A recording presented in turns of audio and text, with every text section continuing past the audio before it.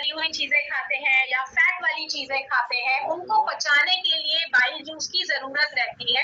तो ये जो बाइल जूस है ये हमारे पित्ताशय में बनता है, वहां स्टोर होता है।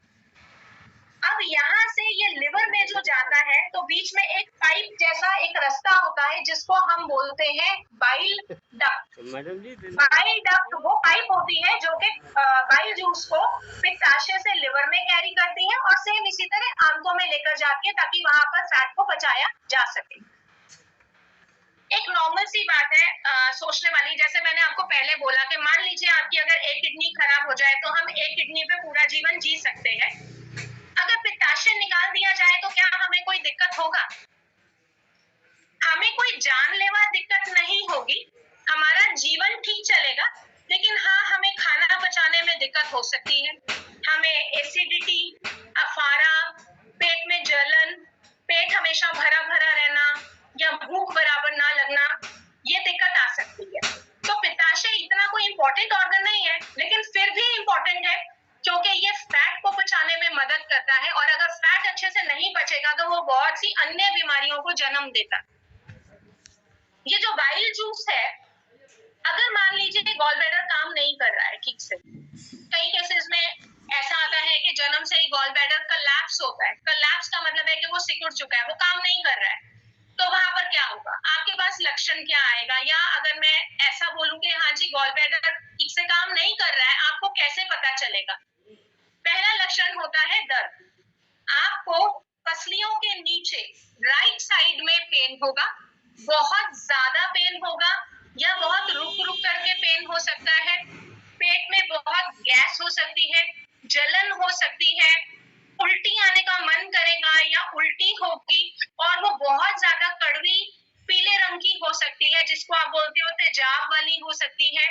हल्का बुखार यानी लो ग्रेड फीवर हो सकता है जो नॉर्मली 100 तक का रहता है, फीवरिश फीलिंग हो सकती है, ये लक्षण हो सकते हैं। अगर पित्ताशय में पथरी बहुत ज्यादा है, वो पूरा भर गया है, वो सिकुड़ चुका है, श्रिंक कर गया है, तो कई केसेस में हमारे पास पीलिया जैसे लक्षण भी आते हैं। आपकी आंखें पीली हो सकती है, आपके स्किन का कलर पीला हो सकता है, नाखून पीले हो सकते हैं, ये लक्षण भी आ सकते हैं। ये नॉर्मल लक्षण है जो पित्ताशय की पथरी में रहते हैं। पित्ताशय की पथरी जो है इसको चेक करने के लिए नॉर्मल रिपोर्ट जो निकलता है वो अल्ट्रासाउंड का रिपोर्ट होता है, जिसमें हम अल्ट्रासोनोग्राफी एब्डोमेन कहते हैं, तो उसमें हम गॉल ब्लैडर को चेक करते हैं। अल्ट्रासाउंड में अगर आपके पास लिखा हुआ आता है पॉलीलिथिएसिस, लिथिएसिस का मतलब होता है पत्थर, तो पॉल का मतलब होता है गॉल ब्लैडर, तो पॉलीलिथिएसिस का मतलब होगा कि पित्ताशय में पथरी है। अब अगर आपके पास जो अल्ट्रासाउंड का रिपोर्ट है उसमें लिखा हुआ है पॉलीसिस्टाइटिस, सिस्टाइटिस, अगर आइटिस लगा हुआ आ रहा है तो इसका मतलब इन्फेक्शन है। अब इन्फेक्शन होगा कैसे? जो पित्ताशय में पथरी है अगर वो बाइल डक्ट में जाकर के फंस जाती है, जो पाइप बाइल जूस को गॉल ब्लैडर से लिवर में लेकर के जा रही है, अगर वहां पर पथरी फंस जाएगी तो धीरे धीरे वहां पर इन्फेक्शन हो जाएगा और वो पॉलीसिस्टाइटिस होगा। तो अगर आपके पास रिपोर्ट में पॉलीसिस्टाइटिस आ रहा है तो इसका मतलब शायद पथरी फंस चुकी है, या हो सकता है कि गॉल ब्लैडर जो है उसकी जो अंदर की मेम्ब्रेन है उसमें इन्फेक्शन है, या वो बहुत ज्यादा सिकुड़ चुका है, पथरियां बहुत ज्यादा हो चुकी है। तो आपके पास अल्ट्रासाउंड की रिपोर्ट में पॉलीलिथिएसिस अकेला लिखा हो सकता है या पॉलीलिथिएसिस विद पॉलीसिस्टाइटिस लिखा हुआ हो सकता है। जो किडनी में स्टोन रहता है और जो गॉल ब्लैडर में स्टोन होता है इसमें एक ही अंतर है, किडनी से पथरी के निकलने का रास्ता है, हमारे पास पूरा एक रास्ता बना हुआ है कि किडनी से पेशाब की नाली में जाएगा, फिर ब्लैडर में जाएगा, बाहर हो जाएगा। पित्ताशय से निकलने का रास्ता नहीं है, पित्ताशय की पथरी नहीं निकल सकती है क्योंकि उसका रास्ता नहीं है, लेकिन इसका मतलब ये नहीं है कि पित्ताशय की पथरी ठीक नहीं हो सकती है। पित्ताशय की पथरी ठीक हो सकती है, लेकिन इस केस में जो हम दवा देते हैं वो पहले पथरी को तोड़ेगी, उसका साइज छोटा करेगी, फिर वो उसको बिल्कुल पाउडर फॉर्म में करेगी, जब वो बिल्कुल पाउडर हो जाएगा, फिर वो बाइल जूस के साथ वहां से पास ऑन होगा और आपका पित्ताशय खाली हो जाएगा। लेकिन अगर पित्ताशय में पथरी 2 से ज्यादा है और बड़े साइज की है, मान लीजिए कोई 25 mm की है, 30 mm की है, मतलब काफी बड़े साइज की है, और अगर आपके पास लिखा हुआ आता है कि मोबाइल है, पथरी हिलती रहती है, मोबाइल है तो उसके फंसने का चांस रहेगा, तो ऐसे पेशेंट्स में थोड़ी सावधानी बरतिएगा। लेकिन अगर मान लीजिए एक ही पथरी है, 6 mm की है, 10 mm की है, 12 mm की है, तो उस केस में वो दवा से पूरी तरह से क्लियर की जा सकती है। लेकिन हाँ, दवा लंबा चलेगा और पेशेंट को खाने पीने में परहेज भी करना पड़ेगा। अगर वो परहेज नहीं करेगा तो पथरी का साइज बढ़ सकता है, फिर चाहे वो दवा भी क्यों ना ले रहा हो। तो अगर आप दवा ले रहे हैं, फिर चाहे वो किडनी स्टोन का हो या गॉल स्टोन का हो, आपको हमेशा एक बात का ख्याल रखना है कि आपका पेशेंट पानी बराबर पिए, खाने पीने में परहेज बराबर करे। दोनों ही केसेस में जो परहेज है वो सेम है, किसी भी तरह का तला हुआ, मिर्च मसाले वाला खाना, खट्टा चीज, मांस मछली, छिलके वाली दालें या पत्ते वाली सब्जियां, ये नहीं खाना है। पानी ज्यादा पीना है। इसके अलावा कुल्थी की दाल होती है, आप उसको पानी में उबाल करके सुबह खाली पेट उसका पानी पी सकते हैं, वो भी पथरी को जो है निकालने में, तोड़ने में मदद करता है।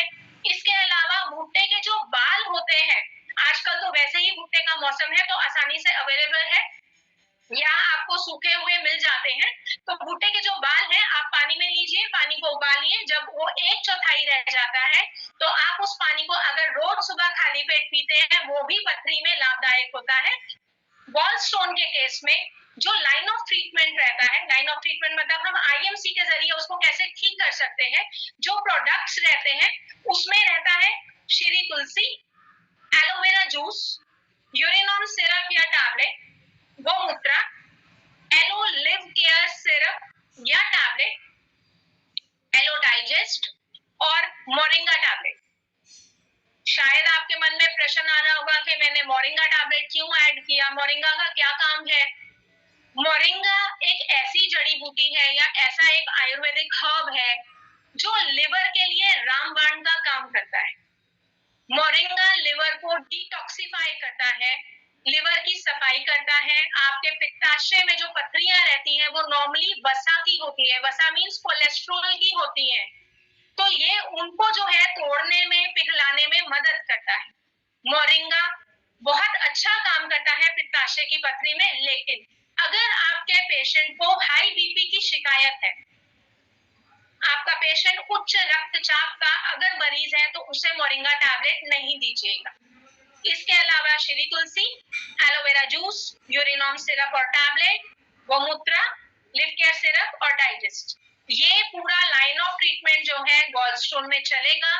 हर 2 महीने में रिपोर्ट निकाल करके चेक कीजिएगा कि कोई दिक्कत तो नहीं है, या पथरी जो है उसका साइज बढ़ तो नहीं गया है, या पथरी अपनी जगह से हिलकर कहीं उसमें ऑब्स्ट्रक्शन में तो नहीं जा रही है, उसका साइज कम हो रहा है या नहीं। और मान लीजिए अगर पेशेंट जो है उसको ये मालूम है कि पथरी का साइज बड़ा है, लेकिन वो सर्जरी में नहीं जाना चाहता है अभी, या वो चाहता है कि मैं अभी 3 महीने के बाद जाऊंगा, 4 महीने के बाद जाऊंगा, तो उस केस में भी आप दवा दे सकते हैं, क्योंकि जब वो दवा लेगा तो उसको दिक्कत नहीं आएगी। उसको वो जो एसिडिटी हो रही थी या भूख नहीं लग रही थी या उसको जो पेट में जलन हो रहा था, वो उसके जितने भी लक्षण थे वो सारे के सारे ठीक हो जाएंगे। और अगर वो ये दवा कंटिन्यूसली लेता रहेगा, कुछ महीने लगातार लेगा या साल भर लेगा, तो धीरे धीरे पथरी का साइज जो है वो कम हो जाएगा और वो क्लियर आउट हो जाएगा। तो गॉल स्टोन हो या किडनी स्टोन हो, दोनों ही केसेस में आप आईएमसी के प्रोडक्ट्स के जरिए इनको पूरी तरह से यानी 100% जो है वो ठीक कर सकते हैं। लेकिन फिर भी जब आप दवा देते हैं, आपके पास एक लेटेस्ट रिपोर्ट होना, क्या साइज है, वो फंसी हुई तो नहीं है, आपके ऑर्गन जो है वो परफेक्टली ओके है। अगर कोई इन्फेक्टेड पार्ट है तो उसको स्टार्टिंग में ही कवर कर दीजिएगा। अगर गॉल ब्लैडर में इंफेक्शन आ रहा है यानी सिस्टाइटिस आ रहा है, अगर आपके पास किडनी में हमारे पास यूटीआई साथ में आ रहा है, इन्फेक्शन आ रहा है, इन्फेक्टोनिल सिरप को ऐड कीजिएगा। लेकिन अगर आपका पेशेंट डायबिटिक है तो इन्फेक्टोनिल सिरप मीठा है, तो उसकी जगह पर आप एंटीबायोटिक के तौर पर ट्रू हेल्थ कैप्सूल को ऐड कर सकते हैं।